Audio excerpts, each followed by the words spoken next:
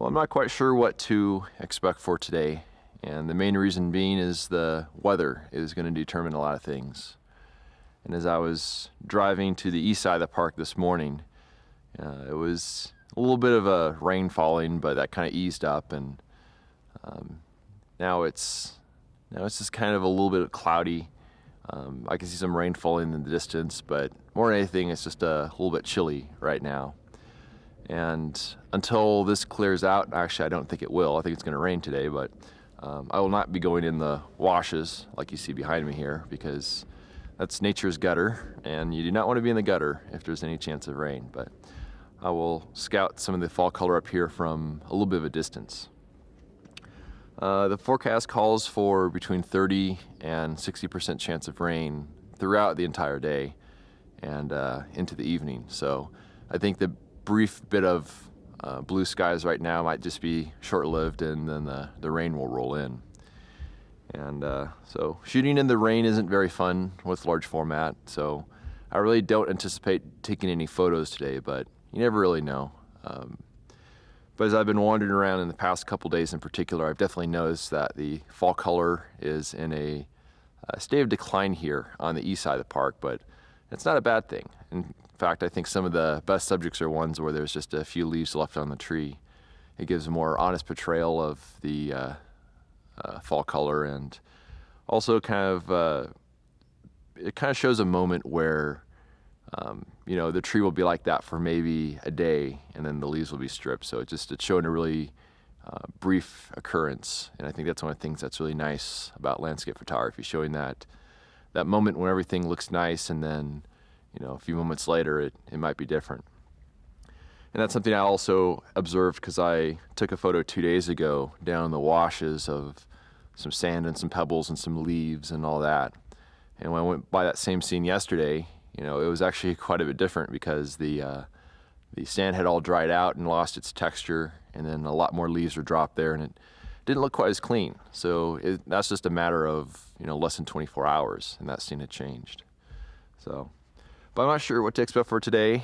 It's probably going to be a lot of me wandering around and trying to find interesting stuff and sitting in my car in the rain. But I do think I'm probably going to avoid the main canyon area, because it wasn't such a good experience going there yesterday. It's just so crowded down there.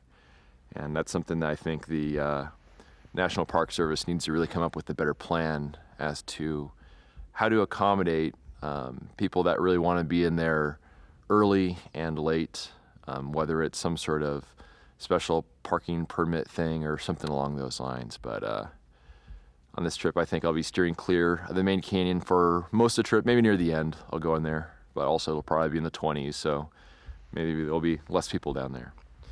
But for now, I'll spend my time scouting here on the east side and see what I can find.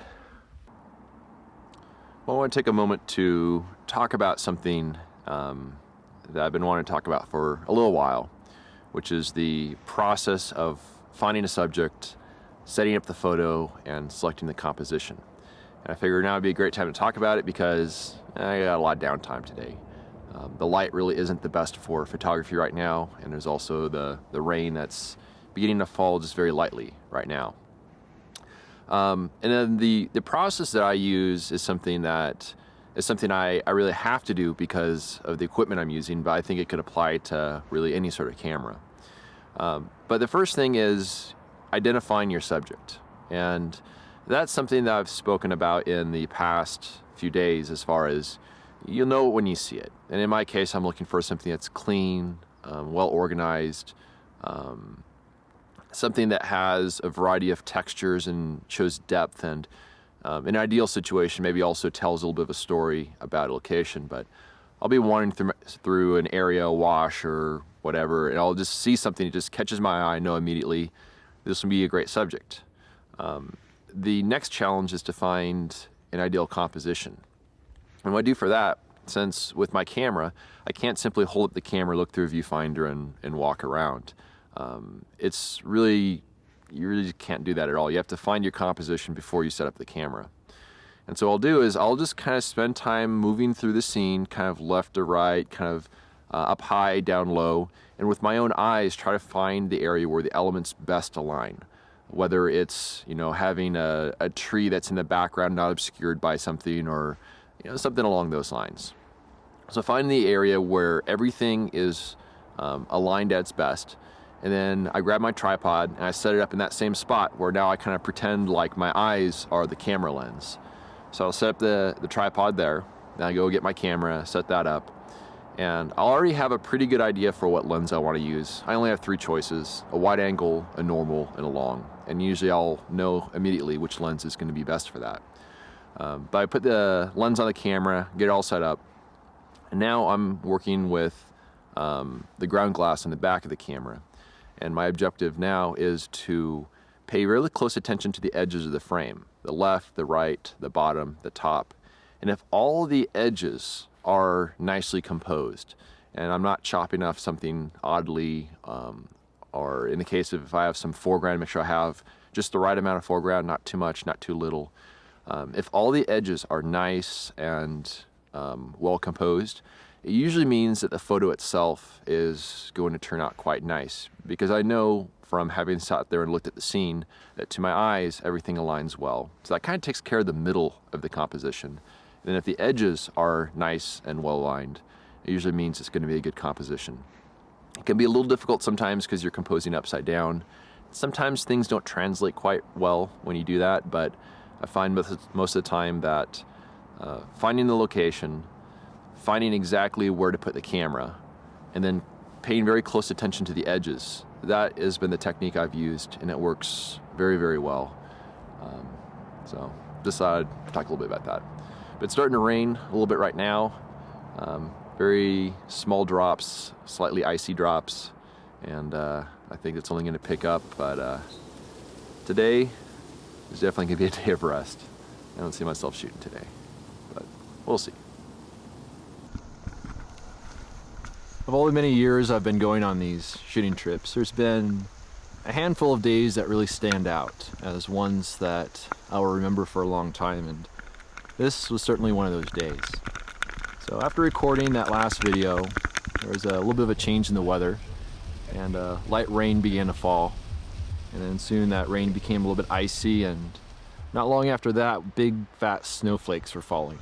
And this is the type of weather that is very difficult to photograph with the 8x10, because I really don't want to expose the camera to rain and snow and all that, but also trying to find a subject on such short notice is really difficult. So I came up with a plan, and the plan was to find some small detail subjects to photograph. And in this case, I kind of had my eyes set on some manzanita. So kind of looked all over and tried to find all sorts of different things, but when I set my mind on shooting some manzanita, I went to an area a little higher up in elevation where I could find some manzanita, and found pretty good, interesting, clean area, and got the camera set up, and then kind of waited, and then the snow was by then already melting. It melts very fast. So I was hoping that there'd be some more snow that would come in and put a little fresh dusting on there as I was working, but it didn't happen. It just kind of cleared out and all the snow was already gone, so I didn't end up making an exposure. But one of the things that is kind of interesting about today is the fact that, you know, the first video you saw from this morning I recorded right at sunrise, and then the other video was not long after that, and all the time in between, it's about 4 o'clock right now, but all the time in between I was just running around and scouting around, trying to find just the right shot and have just the right conditions. And apparently I spent a long time doing that, because I didn't even realize that it was already kind of later in the afternoon, heading into evening. So time just really went by really, really fast. But I did have an opportunity when it was really snowing to record some video of some of the sights and some of the sounds of the snowfall here in Zion, in combination with some of the fall color. So I'm going to leave you with, at the end of this video, is some extended clips of what it was like earlier today as the snow fell. And I hope you enjoy the experience of viewing them and listening to all the sounds as much as I did in person. But it's a little chilly now, and I think it's time to head back to camp and kind of warm up a little bit, because it's a little chilly and I got wet feet, and it's I'm shivering a little bit, but it's been a crazy day. Very cool day. A day I will not forget, and that's for sure. So, hope you enjoy these little video clips at the end.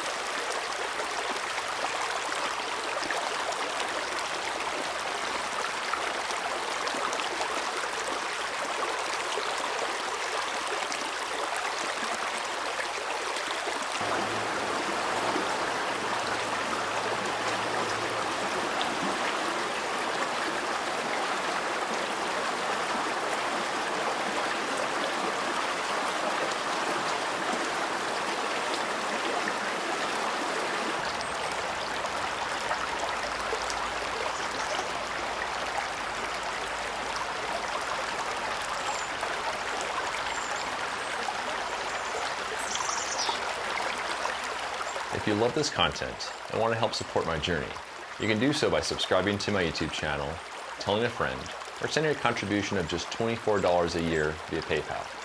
I depend on the generous support of people like you to produce this ad-free content. Thanks in advance for your support.